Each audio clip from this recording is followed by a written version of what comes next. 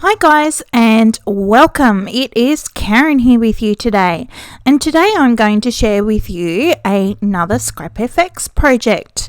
Today I am working in my large dilutions journal and I have some paper artsy paints here.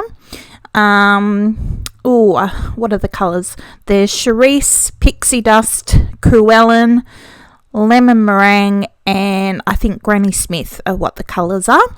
And I've just jumped ahead a little bit there so you didn't have to watch me smush the colours all together around on my page, because it does take a little bit of time. So as you can see, I've just about finished. I've got my page looking quite patchy, but my colours are kind of blending in quite nicely.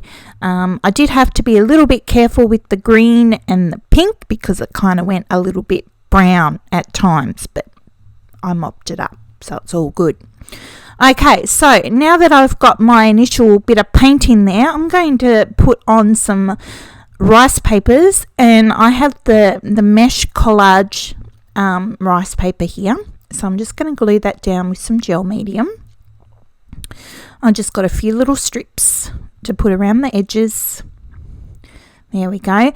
And I also have some of my leftover script paper, which is one of the new releases for this month at Scrap FX. And I absolutely love it. And I don't have any left now. Bummer.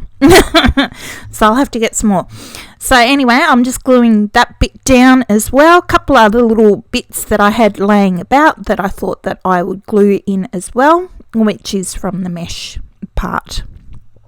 Okay, so the next bit that I have is this wonderful piece of rice paper, which has been designed by Belinda, and it's called Homegrown. So I'm just ripping out a few little pieces from that to glue into my background. So I've got a bee, a bird, a heart, and a flower. The next thing that I'm going to do is get my Lindy's Magicals, and the colours that I'm using today are Martian Magenta, UFO Yellow, Time Travel Teal, Grab a Guy Gold, and Autumn Maple Crimson. I think that's the one that I used. So I'm going to paint that over my rice papers because I've kind of done my collage the other way around this time. So because I still wanted to be able to see my rice papers, this is why I'm doing it this way. Because the paper artsy paints can be a little bit opaque and therefore cover over the details of the rice paper. So now that I've got my second layer in there, I'm just going to dry that off and add in a little bit more just to brighten up into the background, just that little bit more, because they are really pretty, these Magicals, and it's nice and shimmery. So once I've got that dry, I'm actually going to do a little bit of stamping. So I've grabbed out some Scrap FX stamps, of course. There's the Number Crunch that I'm just stamping with my archival jet black ink, and I've got these super cool circles, which I've just used some archival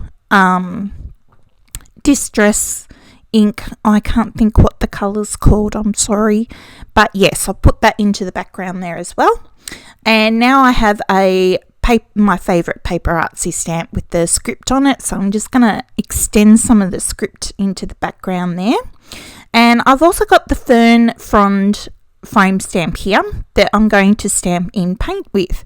So I've got my little piece of cut and dry foam, and I'm just adding my paint onto my stamp and stamping it onto my page in the nice little pixie pink is what it is.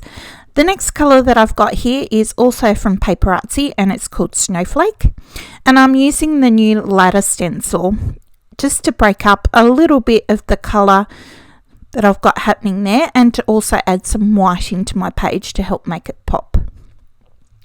But before I continue on with my collage, the next thing that I'm going to do, as you can see now, is scribble around the outside of my fronds just to give them a little bit more definition and to pop them up and out of my background just a little bit more.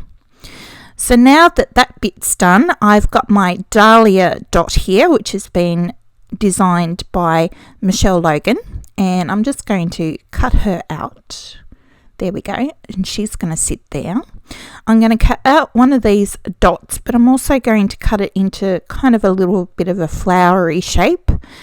And I also have my quote there that says, just making it up as I go along, because that's what I do when I'm art journaling.